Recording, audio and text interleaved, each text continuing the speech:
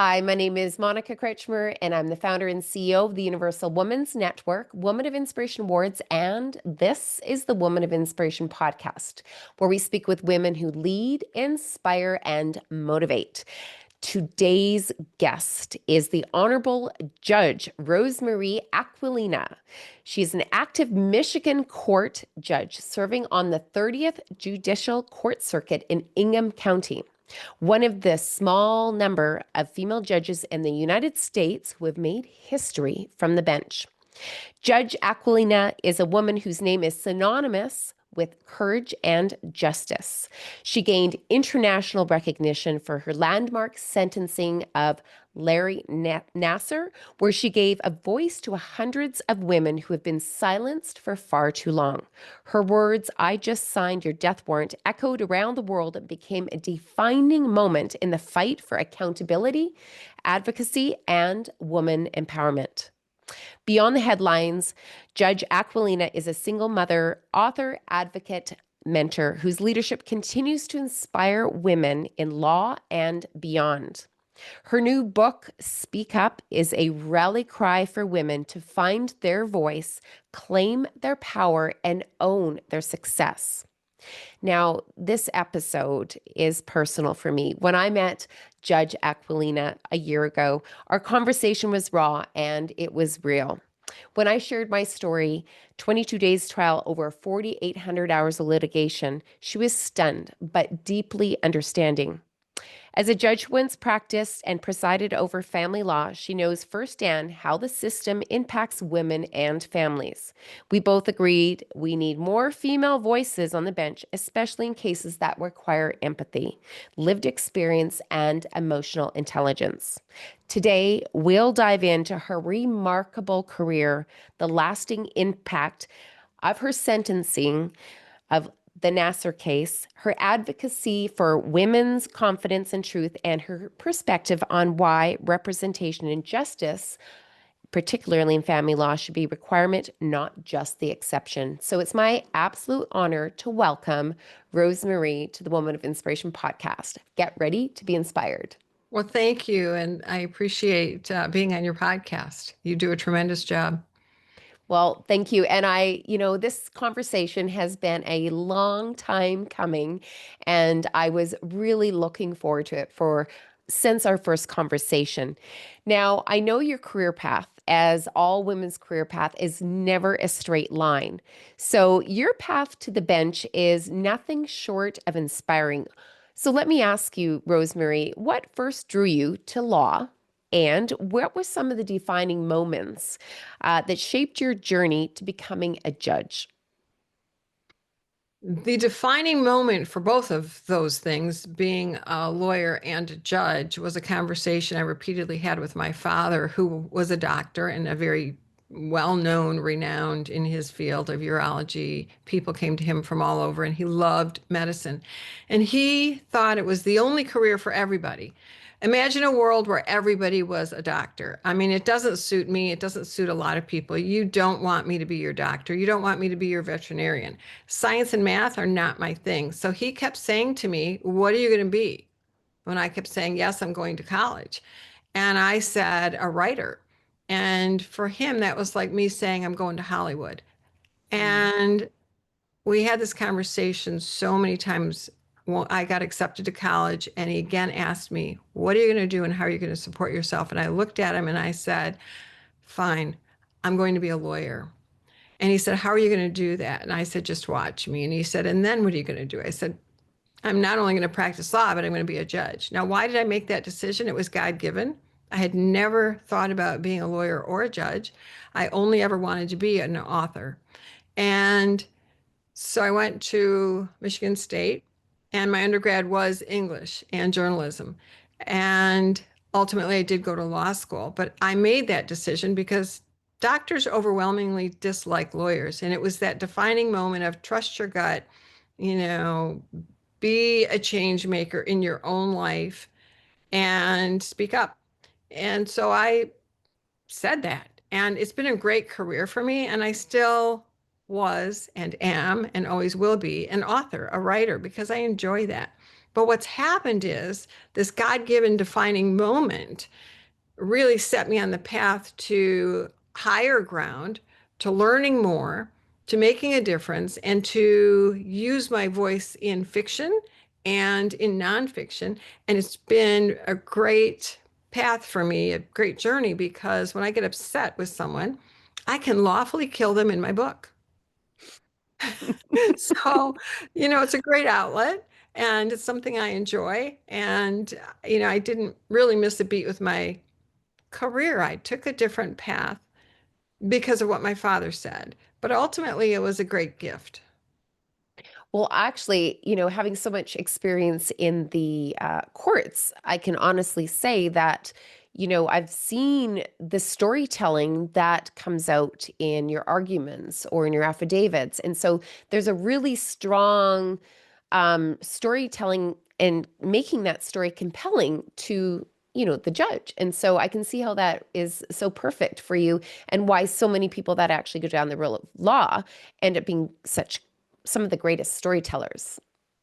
Right. That It's our training and it was always what I wanted to do. So again, it was God given. It was my father forcing my hand and God saying, here's the way to do it. And this is the path you're going to take. And, you can believe in God or not. I do believe in God. I think we are where we're supposed to be and we're supposed to learn lessons and then use those lessons to make the world better. And so I've really tried to do that and honor God the Father and my real father and my family and those around me in my community and world because we can't take anything with us. It's what we leave behind, that footprint that makes a difference.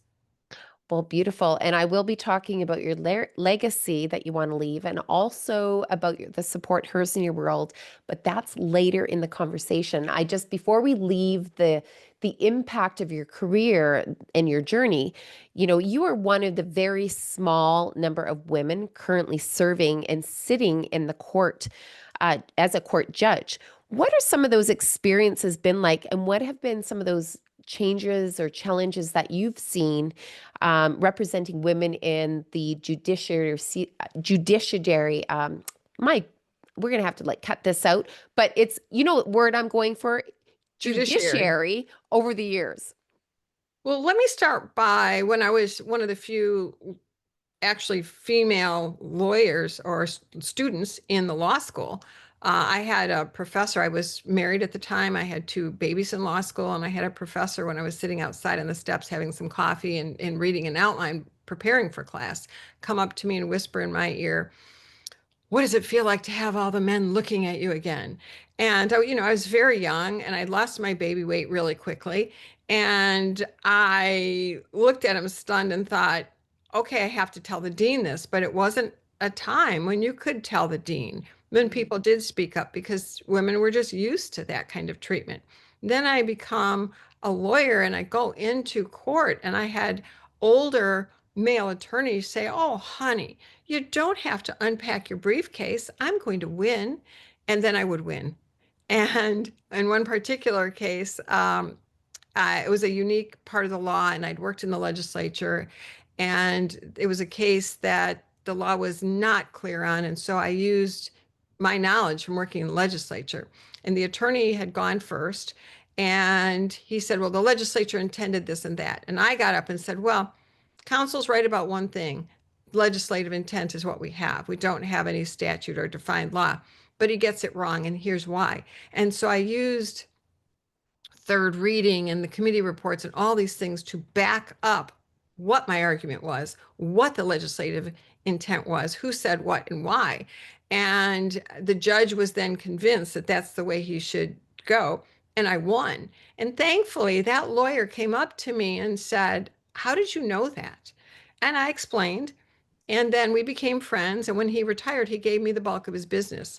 So, I've had it from all ends. Now let's move to the judiciary where I'm this female judge and the older male judges, not all of them. There are a few that are just so compassionate and I knew them as a practitioner, but there are some that just thought, well, you're not equal to me. I don't care if you have the same title as me. and were very disrespectful, didn't want to listen to my ideas. When I was pregnant, the chief judge called me and said, "I hear you're pregnant." And I said, "Really?" And he said, "Yeah, I hear you need a lot of time off." And I said, "I don't know who told you that. Do you know something my doctor and I don't know?" And I said, I've never had the luxury of maternity leave. I don't imagine I'll be off long. But when my doctor and I know something, then we'll have a chat. But right now, I'm not talking to you about this." And he backed off and said, "Well, you'll have to take some time off."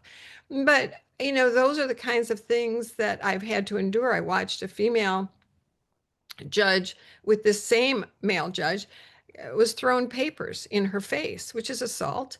And when we went to the Supreme Court, when we went to the state court administrator's office, when I asked for training and got other judges, female judges who'd been bullied by male judges, to have a committee to retrain, didn't ask for punishment, just asked for retraining. And the answer was, "Well, of course we're working on it." And we never got any help. And most of the female judges I worked with who were assaulted, who were abused, left the bench because they didn't want to be abused anymore. Me, no one's going to bully me and change my mind. I push back. And so I've had to learn, push back, speak up, speak until I'm heard, make waves, talk to the media if I need to, talk to whoever I need to get help and make it known.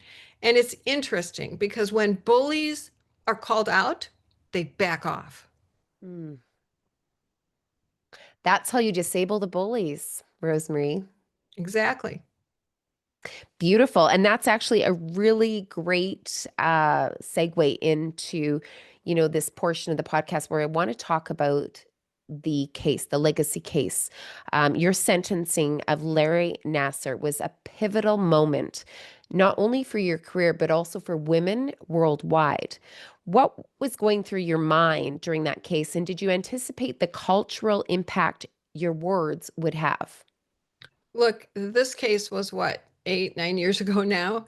And at that time, I had been a district court judge for 4 years and a circuit court judge for, let's say, another 10 or 12 years.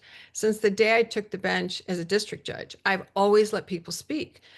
And I would get in trouble, so to speak, for the sheriff wanted his people back, lawyers wanted to go back to their office, staff wanted breaks, all those things. And I'd say, well, then reschedule everything, but I'm going to take all the time I need on each and every case. And I did, because when I was a lawyer and when clients would get cut off, or the judge would say, "And why were you wearing that?" And all those things that we see repeatedly in the news, I made up my mind that when I'm a judge, that's not what I'm going to do.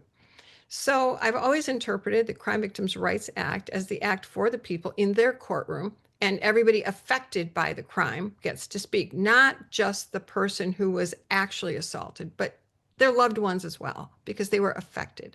So here comes the Nassar case.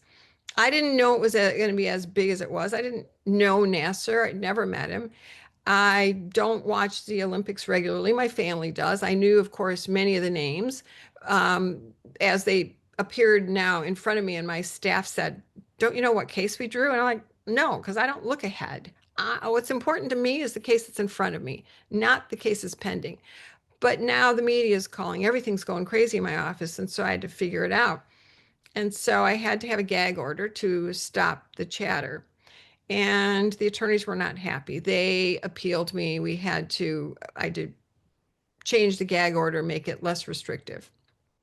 The girls weren't happy. No one was happy. But I had to stop the chatter to make sure both sides got a fair trial. And I was assured by both lawyers there were experts on both sides, and that this was going to be probably the most interesting case I've ever had, because it was somewhere between criminal and medical malpractice, which is a rarity. When it got down to him deciding to plead, I asked counsel, "What about all the victims?" And they said, "Well, they're going to speak too." And I said, "No, I mean like everybody." And they said, "Well, we don't want everybody to speak." And I said, "No, I mean everybody. If you don't like it, appeal me." And so they did a written plea agreement, and they put the number at 125. And I said, "Well, that's not my number. I will let everybody speak." So I ended up listening to 169 people. 156 were sister survivors. The rest were other people who were affected, parents, the doctors who referred their patients. There were so many people upset. And it took 7 days. And I would have listened to more. I didn't know they were redirecting some over to the other court that was going to hear the next case.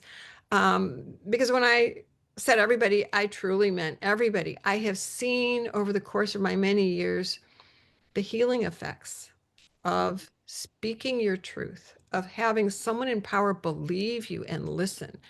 And I don't put time limits. Some judges put time limits. And when I was in practice, I said, I will never do that because it's not fair to rush a victim who might take a couple of minutes pause because they need it because of the trauma.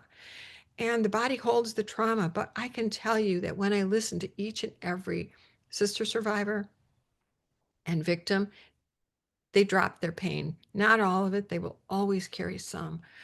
But I watched them heal. I watched them grow 10 feet tall. It was like being handed 169 babies.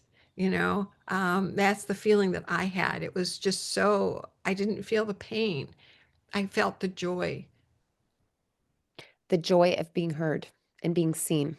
And watching them grow, develop, and change and just own this and say to him, I'm mad at you and you hurt me. How dare you? And I am not a number. I am a name and I matter. And it was so moving and so powerful. And I didn't do the hard work. Did I set it up? Yes. Did I allow everybody to speak? Yes. But that is small in comparison. The hard work was done by each and every victim who stepped forward.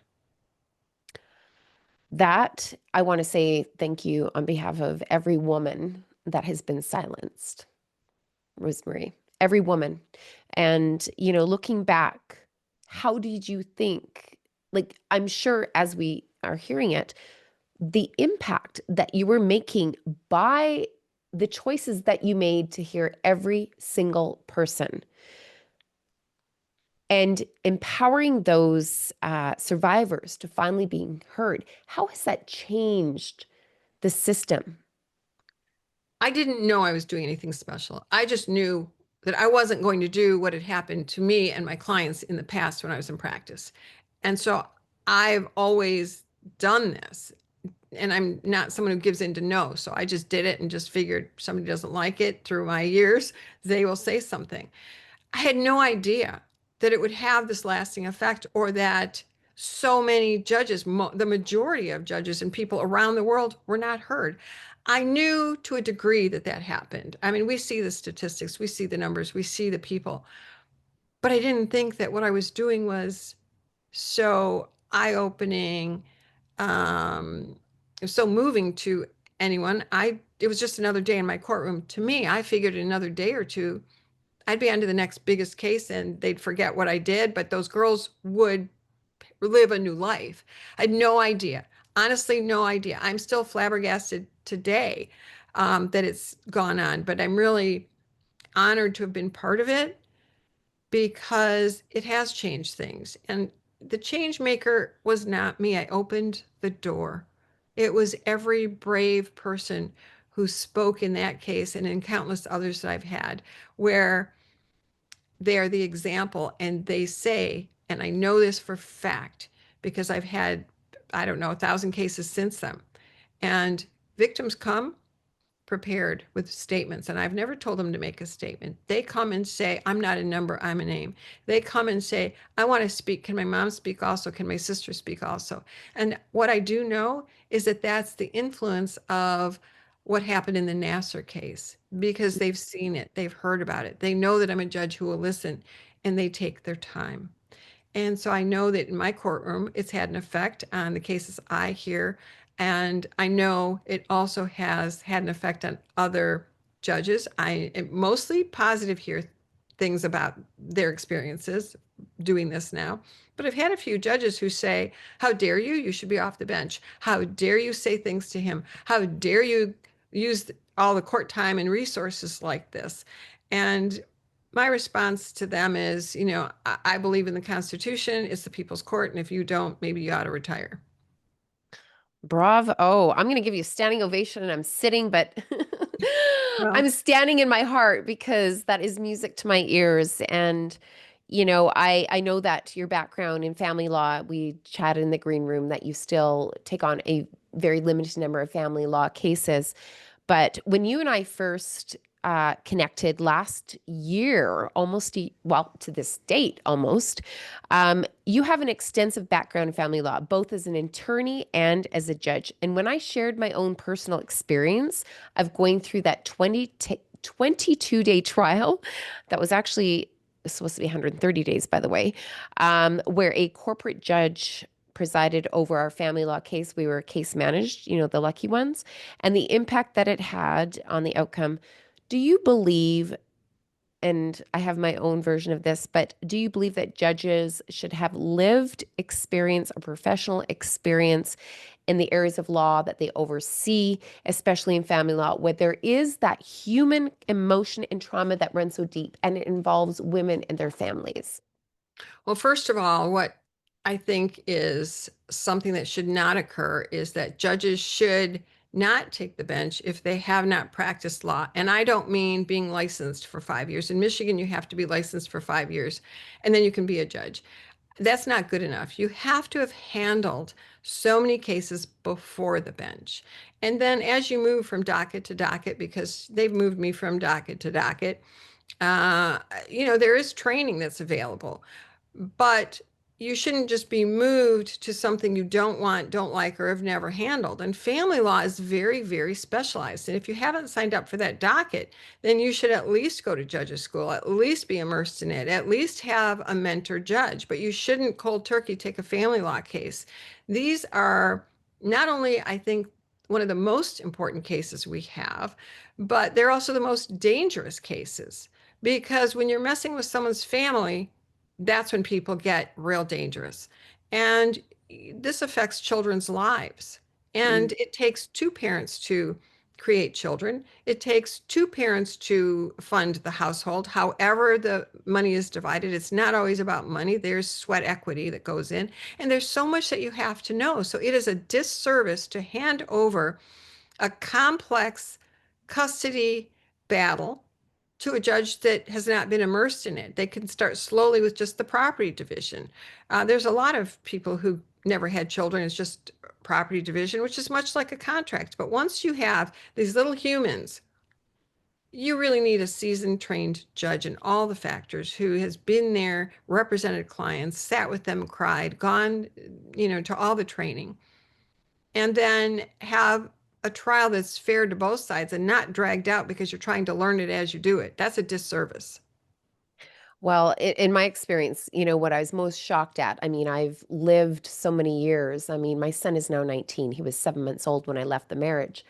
And, so his first 7 years was that 4,800 hours of litigation, that 22 days of trial. And then I was a self rep for the next 7 years. And there's so much that I haven't talked about because it was very, not stuff that I could talk about. But when I shared that with you, the length of my trial for family law, I remember you gasping and saying, that would have never happened in the US. How in the Yeah. hell has it happened in Canada? And Yeah. so, I mean, I was dying to talk further with you about that. Yeah. Family law cases. So in a criminal case, we have, I pick a jury on Friday, then we have consecutive days. So Monday, Tuesday, Thursday, Friday, that kind of thing. Um, and we get the case done. And of course, there's a jury. Family law, at least in the United States, some states have juries, like Texas, but in Michigan, we don't have jury trials. And so they do get spread out, but I've never had one. I've had some very huge, zillionaire kind of clients, and it's never gone on for 22 days and 4,800 hours and 14 years, basically. There's always post-judgment matters on small things, but what you went through is literally unheard of. I think for the most part, um, it's a shame. Yeah. I, Yeah. I it's that's an injustice. That is not justice. Well, I know that when I had, come and there was a light at the end of the tunnel, and I decided, well, what am I going to do to rebuild my life? There was a moment that I was thinking about becoming a lawyer. And so I think I've earmarked that when I'm 65 because I think I'm going to become a lawyer. I might take that when I'm 65. So I've got 10 years more of building, and then I still might do that. But I decided that it wasn't something I wanted to take on because there's a lot of areas that are so broken. And so I decided that I can make a bigger impact by shining the light on women, celebrating women, and yeah, doing it in a more positive way. But I just want to say thank you for seeing me because it really, it's almost like trauma. We push it down, and I knew it was catastrophic, but I hadn't a clue. And so thank you for seeing me Mm. on that. Well, divorce is its own trauma, and you carry around. I'm divorced, and it's only recently, actually, that I've sort of forgiven myself and my ex-husband for all the trauma. And we didn't have a contentious kind of divorce like, I mean, there were moments, but nothing like yours, and it shouldn't be like yours.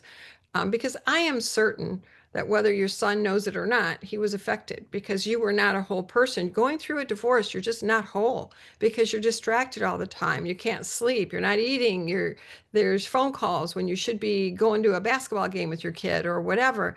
And 22 days of it and all the years and hours, and then being your own lawyer, your own advocate, and you probably had to do that. I don't remember, but many people become their own lawyer because they simply can't pay a few $100s an hour for thousands of hours. Who can do that but the very, very wealthy? And the courts have become so expensive, they're for the wealthy, which is a problem, I think, in every country. Yeah, and you are right. For the first 7 years, I was represented. The next 7 years, I was a self-rep litigant. And then there was a defamation lawsuit that I ended up serving 22 entities by myself. And I got 5 court orders and then 3 foreign judgments. And I did that all by myself. Why? Because I had all that experience in the first 7 years. Like lawyers were coming to me. Anyways, that's a whole other episode.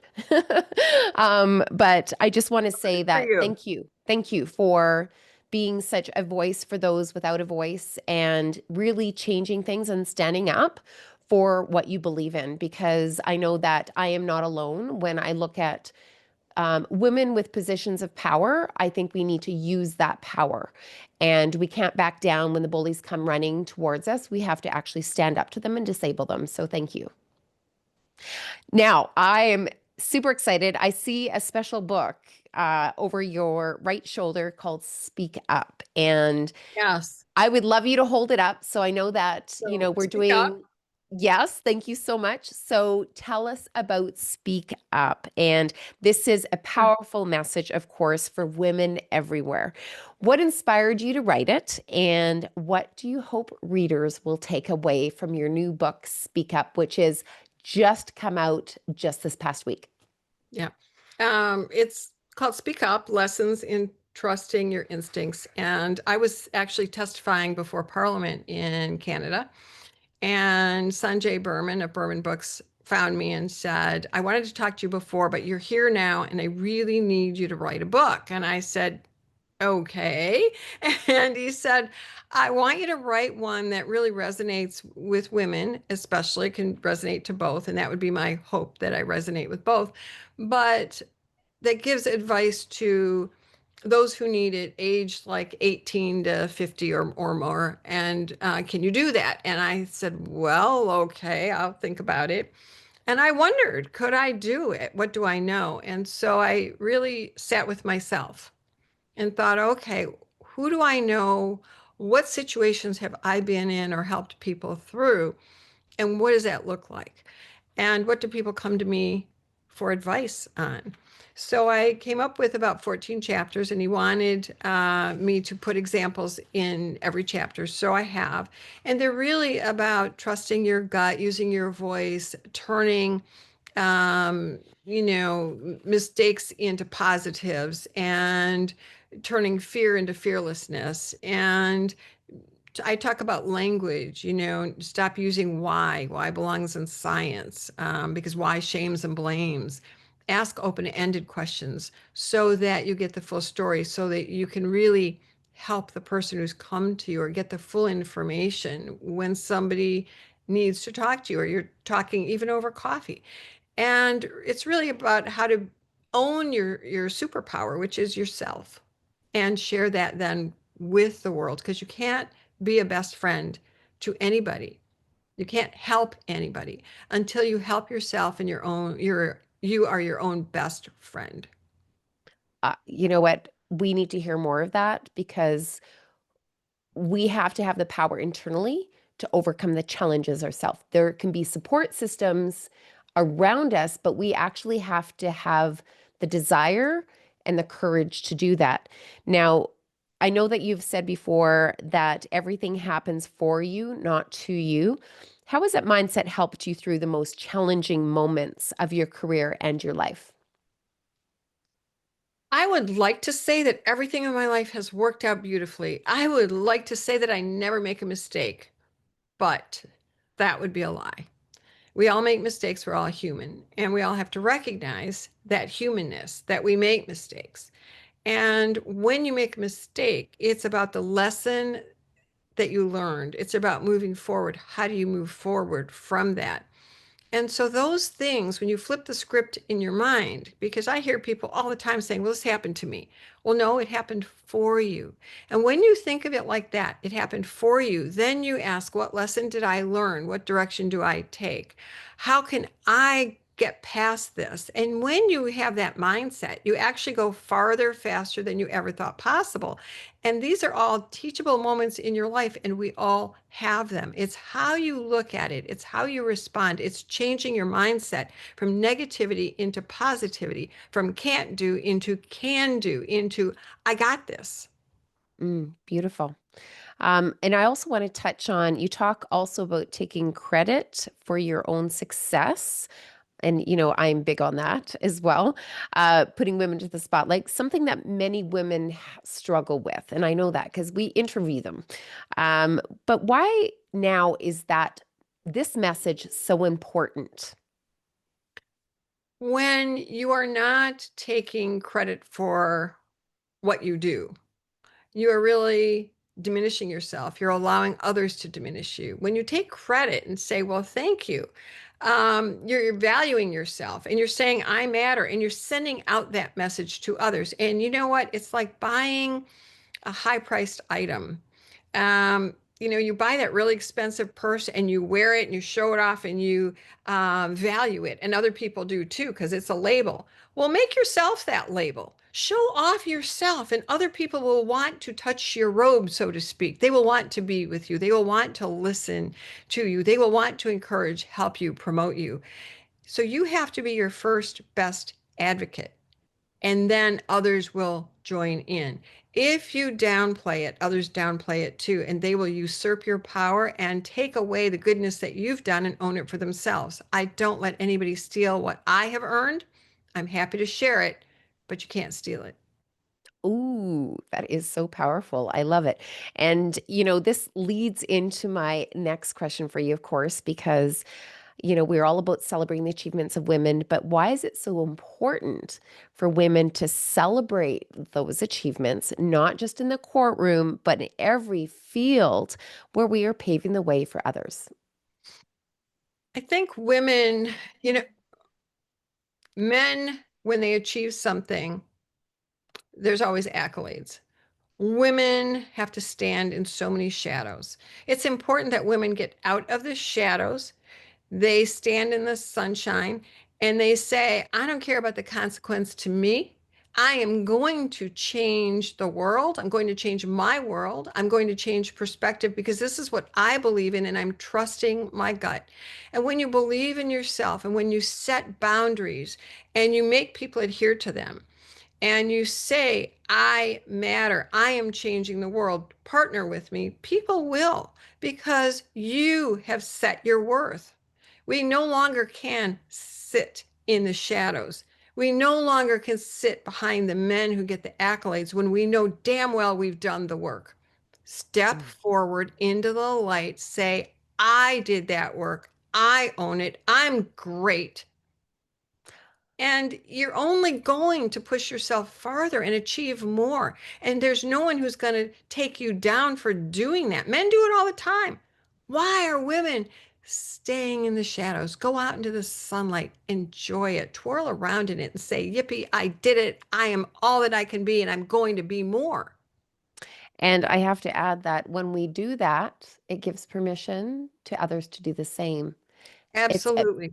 beautiful ripple effect. And, I often have this question. I mean, I ask this question in every podcast, and I also know that there's some, that the courage that it takes for women to stand in the spotlights. When you see another person standing in the spotlight, you know what courage it took for her to do that. So guess what? We need to actually cheer her on as well.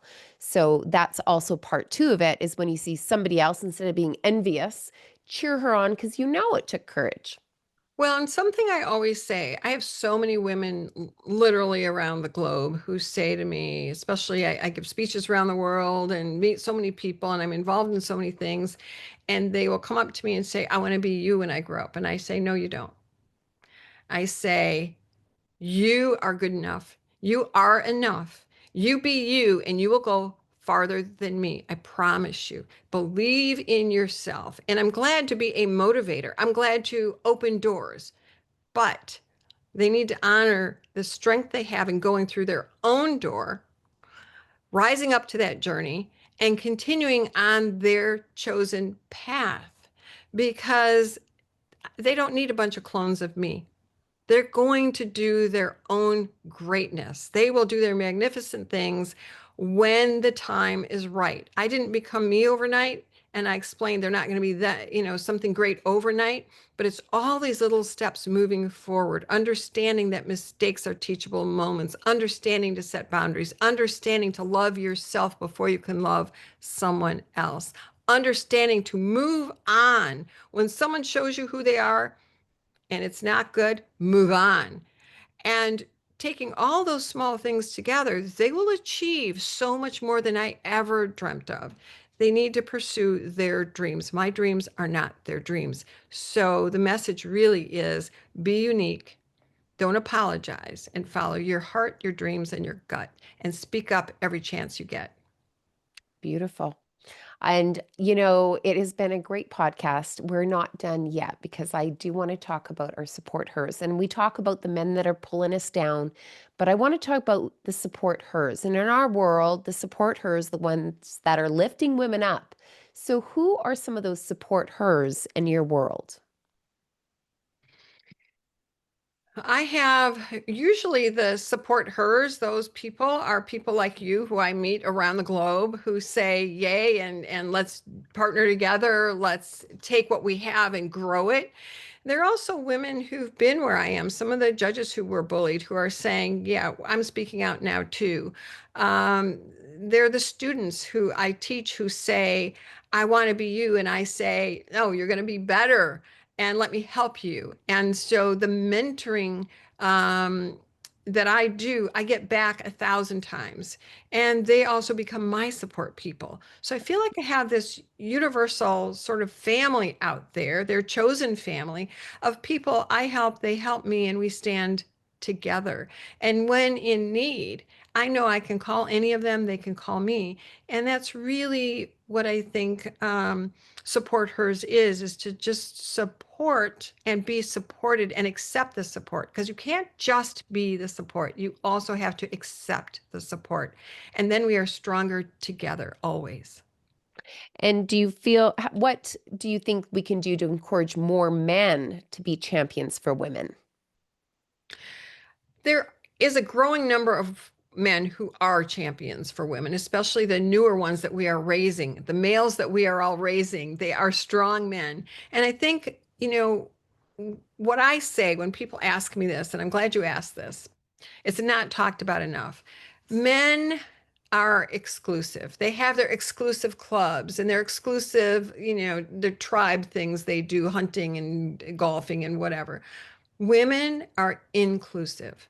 Mm. So I go and talk to a lot of women's groups, and you know what? There's always some men there. And I say, men, thank you for being here and partnering with us. You know, for this speech, you're going to be one of us. I'm going to treat you like a woman. And they all laugh and they're like, they can own it. They're strong men. They can own it. And we need to bring the men into our group and be inclusive and teach them that their exclusiveness is backfiring, not working, and we don't want it anymore. Beautiful. So this has been a great podcast. I have a couple rapid fire questions for you just for fun, but I'd love to know you are a woman of inspiration, Rosemarie, Thank you. and I would love to know what your definition of a woman of inspiration is. A woman of inspiration is someone who is fully assembled, so assembled within herself that she can take the time for self-help, self-care, and to ask for help whenever she needs it. She does not let any boundary where someone says no stop her, but she's able to set boundaries so that she can live her life. She adheres to good moral principles, is an example for others, supports others, and is also someone who is able to say, I stand with you. You are worth everything. Because she knows her own worth, she gives worth to others. Beautiful. And, I do have some fun questions for you at the end because in chambers, are you a tea girl or a coffee girl? Always coffee, coffee, cowboy boots, and jeans. That's my Oh, I pick. love it. You're coming to Calgary. You know that, right? Yeah. And a quote or mantra that you live by. Oh, there are a few of them. So, as Scarlett O'Hara says, tomorrow is another day. And I say that because I will do tomorrow better things and more things than I did today. Even if today was a failure, I flip that into a positive tomorrow. And I think that's probably the key one, but I have so many because here's what I do, and I hope all of your listeners do this, is I have post-it notes posted all over my bathroom wall. And when I need a pick me up, because not every day is the same, I have a mantra that I can look at and say, that's my saying for today. And, one size doesn't fit all. So sometimes, I need a different saying. So, and for those of you who don't have sayings, let me just give a plug. I have car wash art books. I go through car washes and I take pictures and then I put them in books and I have sayings. So, if you don't have your own sayings, motivational sayings, you can use some of mine. For example, here's one that says, my determination rises with the sun. My frustration evaporates through the night. My resilience feeds my spirit and reverberates my success. So there's Oh my lots of gosh. I need to go to the car wash now. I literally, every time I go through the car wash, I'm always going to be thinking of you. Yes, I take these pictures because they're like fingerprints. No two are the same. And these are not altered. They're just 1 second in the car wash. And I take these wonderful pictures and then I have these books that I I've love created it. out of them. And I didn't know what to do with them. And so I put some motivational sayings because I have so many in my bathroom wall. And I thought, well, I need to share these. So if you ever need some inspiration, there you have it. Oh, I love it. I love it. I love it so much. Okay, so on the book Now theme, you've got homework. I've got lots of homework. I'm energized by this conversation. Okay, so I know for all the book lovers that I have, they're gonna want to know a book recommend you think every woman should read. Oh, heavens. I know it's a hard one, but just name one or two, That every, including your own, by the way. So we've well, got Speak Up. we've got Speak Up. Um, I I have listened to all of them by, I'm going to mess up her name too, but Mel Robbins, right? Mel Robbins. Oh, I yes, I've have, got her yep, book on my shelf. yep. Let Them. I've got them all. I just finished Let Them. I've got them all in the hardcover, and I also have the Audible version because sometimes I am driving and I just don't want to listen to anything else. So I listen to her. I think she's got such a great sense of humor and um, her storytelling really resonates with me. And I think she's just an everyday person. She's been through so much, and you can learn a lot of life lessons from her. And if it doesn't particularly apply to you, you can also laugh along with her because she does a lot of laughing with herself. Yeah, she laughs at herself a lot. And I have to say that I was at the Let Them Theory in Chicago, met her daughter Kendall, and I mean, I was like totally drinking the Kool-Aid. So shout out to Mel Robbins. And this is just a curious one for me. Who would you like to have a conversation with? Um, a woman in history. Hmm. Who would that be? Honestly, Cher. I'll tell Yes. you why, because I was a teenager when she and Sonny and Cher were coming up. So I was, starting to wear, it was in the 70s, bell bottoms and all the other crazy things. I had really long hair like her. And I started wearing like 7 colors of eyeshadow and just some kind of funky clothes and things. And people would say, what are you doing? I'm like, you know what? If Cher can do it, I can do it.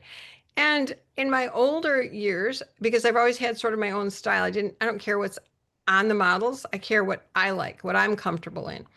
And Cher was at a time when the patriarchy was in full force. We were getting somewhere, but very slowly. Mm, And Cher really inspired me to speak out, have a voice, go against the grain. And I don't know if she really knows that kind of impact. I mean, clearly we all love her music, but to me, I saw more than the music. I saw a woman owning her life. And I thought, damn it, if she can do it, so can I. mm. I could not agree with you more. She is like iconic. And Cher, if you're listening, by the way, I also had a Cher Barbie, which I wish I kept, right? I donated mine and we passed them around, but I had a Cher Barbie. So We couldn't thank, afford a share Barbie. I didn't even know they made one, but I just love the real thing. oh my gosh. I'll have to look that up. I was growing up and I had a Cher Barbie. Yep, her eyelashes were super long, her hair was down to almost her ankles. And yes, so I wish I kept that Cher Barbie. It was on my wish list at Christmas. So I just want to say thank you so much for what a powerful conversation. Congratulations on your book, Speak Up. Any last words for our listeners and our viewers today before we wrap up? Always be your authentic, unapologetic self and speak up. And I Beautiful. stand with you. Beautiful. Well, Judge, I know that I didn't say judge enough, but you are, let's, Honorable Judge Rosemarie Aquilina.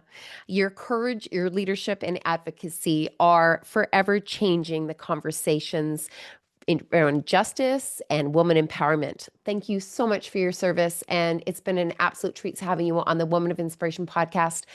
Listeners, if you want to get in touch with Rosemarie, you can find her at Well, my email's authoraquilina@gmail.com. The website, Warrior Affirmations, I believe, it's in progress. So we've got some things to work out. But you can always reach me on my email or on Instagram, Facebook, Twitter, TikTok. You'll find me. You want me, you'll find me.